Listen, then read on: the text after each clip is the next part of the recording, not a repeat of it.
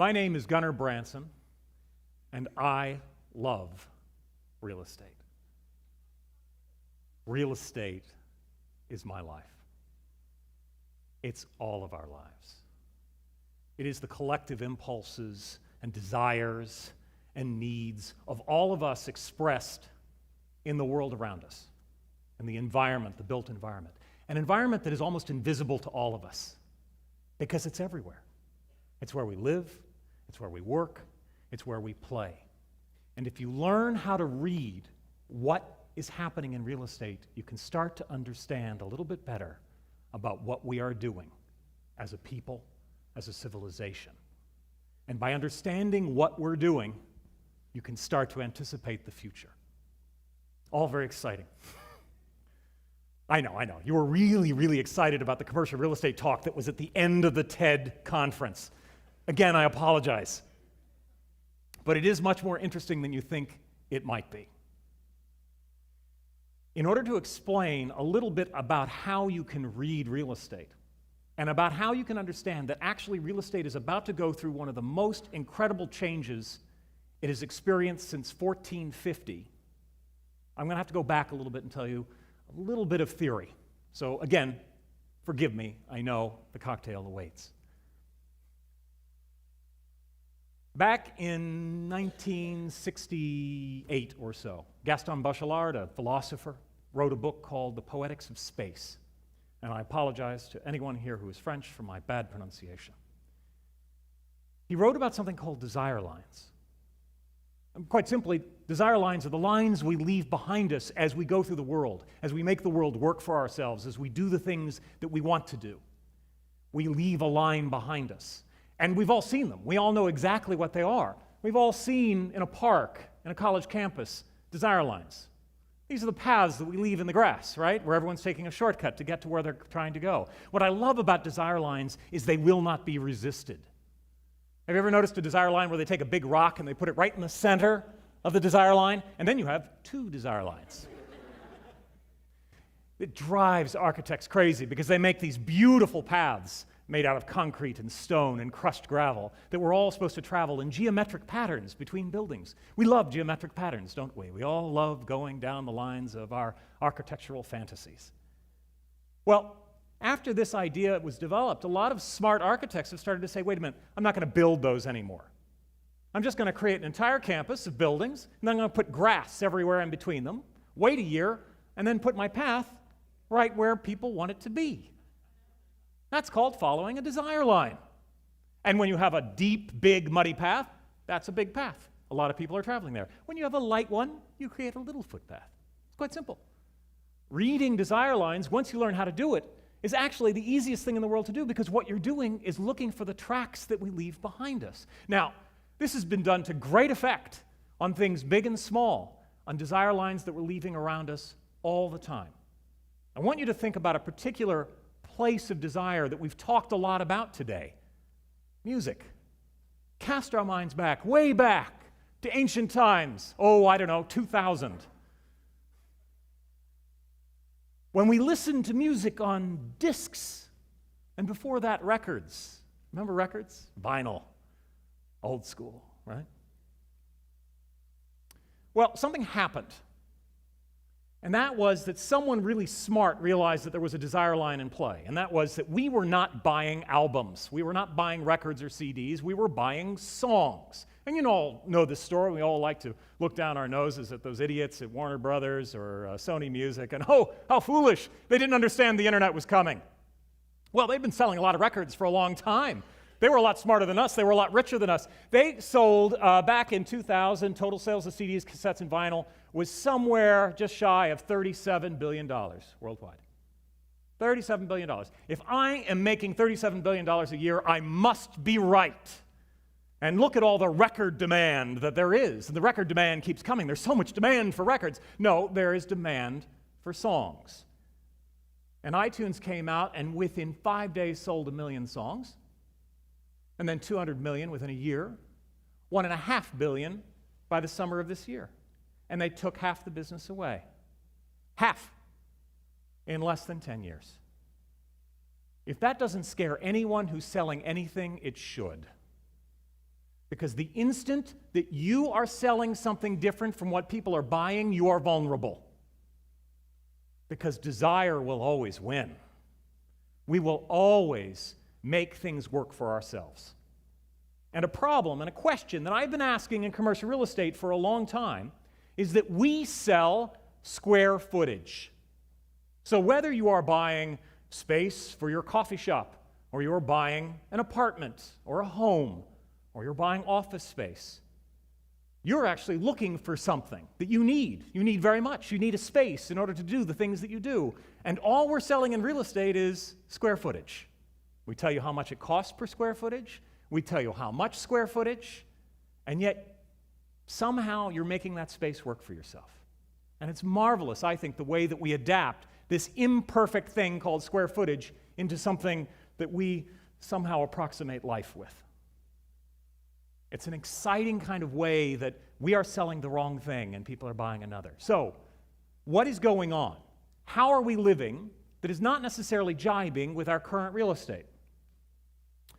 A lot of you are familiar with Moore's Law. There's a lot of very intelligent people who are much smarter here than I am. There's something called Moore's Law that came about when Dr. Moore realized that every 18 months there seemed to be a doubling of transistors on a single chip, and that kept happening. At first, back in the 1960s, there weren't that many, so it didn't seem like much, and it wasn't really impacting all of us in the room. But by the time we got to the 90s, it was impacting all of us because we were packing more and more chips, or transistors on each chip, and we were able to do amazing computer power with a very low amount of cost and low amount of space. So we had computers, we had the internet. All these things started developing in the 90s. And then we went mobile. And suddenly, we all have in our pockets enough capacity to run the Apollo space program. I know that's a funny little kind of weird metaphor, but it's kind of true. There's a lot of memory sitting inside every one of your pockets. And in there is an amazing amount of stuff, because along with Moore's Law, guess what's happening? We're transitioning from atoms to electrons. And the difference in size between an atom and electron might as well be the difference between the sun and the moon. There's so much difference in space. And let me illustrate a little bit about how that could impact us. Any of you remember getting out of college? Did you have a record collection? Did you? Those of us that are old like me, record collections, book collections. Any of you have book collections? Okay. How much of your apartment, remember that first wonderful apartment you had? How much of that do you think you took up with books and records? A third, generally, depending on how acute you were and how much stuff you collected. In other words, we're not living in our space. A third of our space we're using to hold our stuff.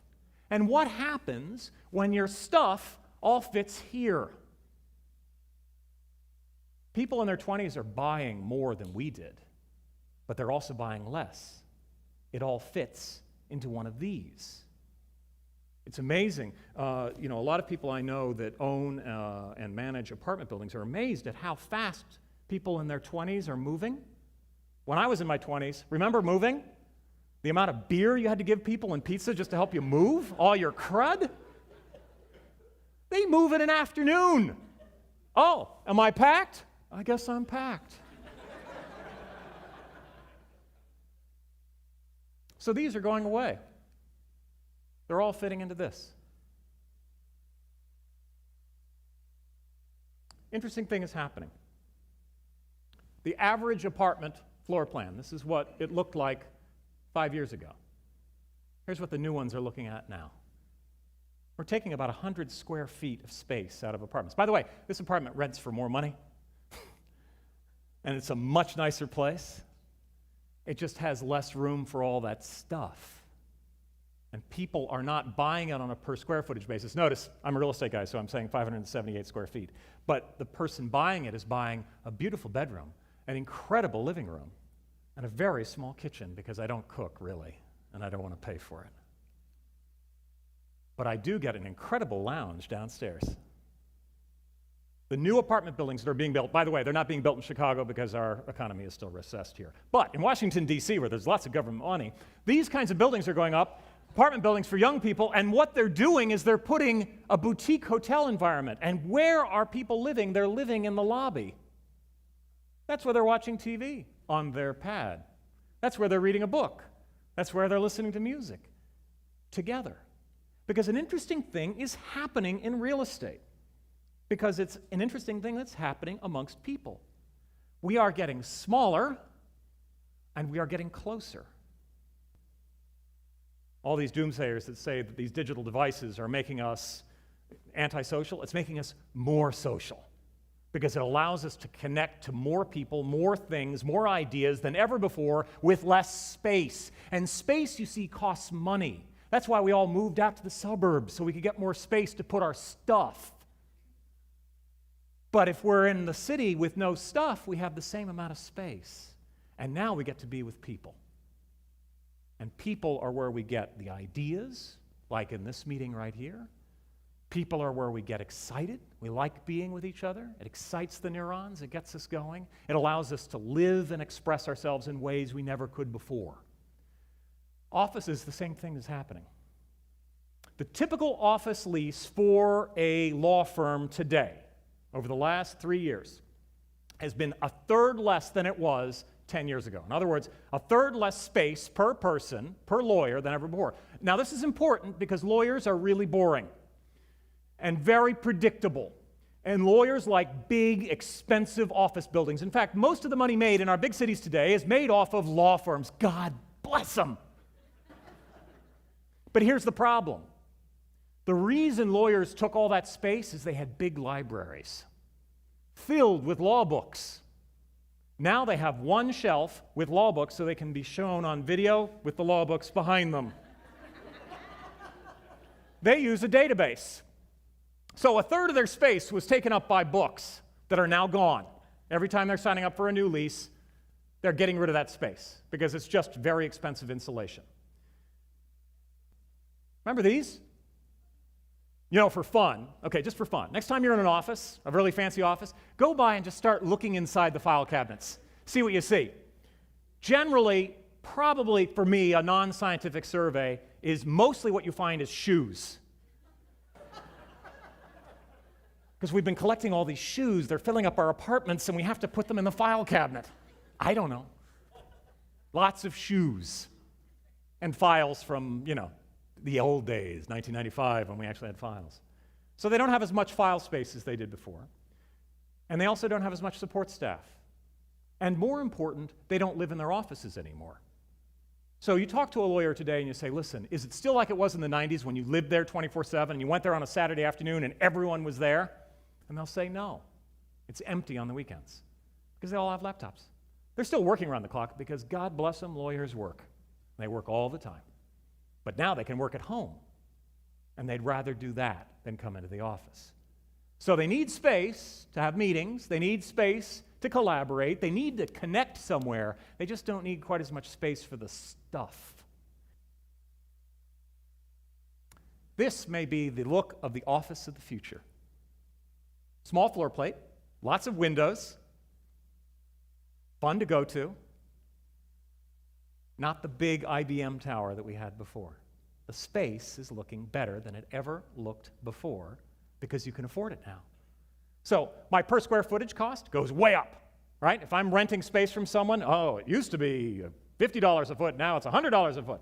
Terrible, terrible, terrible. Yeah, but I need less than half of what I used before. Less space, more living. Less space, more living. I want to take you back in time. We've seen this before. This huge transformation in our real estate environment that is occurring now, it is happening now, right under our noses. And real estate investors are starting to see where things could go because people are using space in a different way. And by the way, I didn't even talk about retail. I don't have enough time. But retail is completely transformed in ways that we can't even imagine.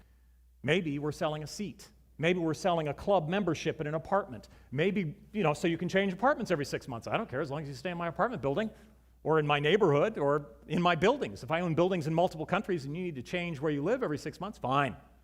You're in the club. The zip car of apartments, kind of an interesting idea. I don't know. I don't know if that'll happen or not, but I do know it is changing. And here's why I know it's changing. Back in 1450, give or take a year or two, back then they didn't keep the records the same way, a guy named Gutenberg said, you know what? I found a cheap way to make Bibles. This is a great technology. I'm going to print these Bibles. Funny thing happened with those Bibles. It was just the beginning. We started printing books and, more important, leaflets. You could cheaply print a single pager and you could nail it to the door of your local church. The dark side to that, by the way, and we're all familiar with that, was 150 years of brutal religious war throughout Europe. But on the plus side,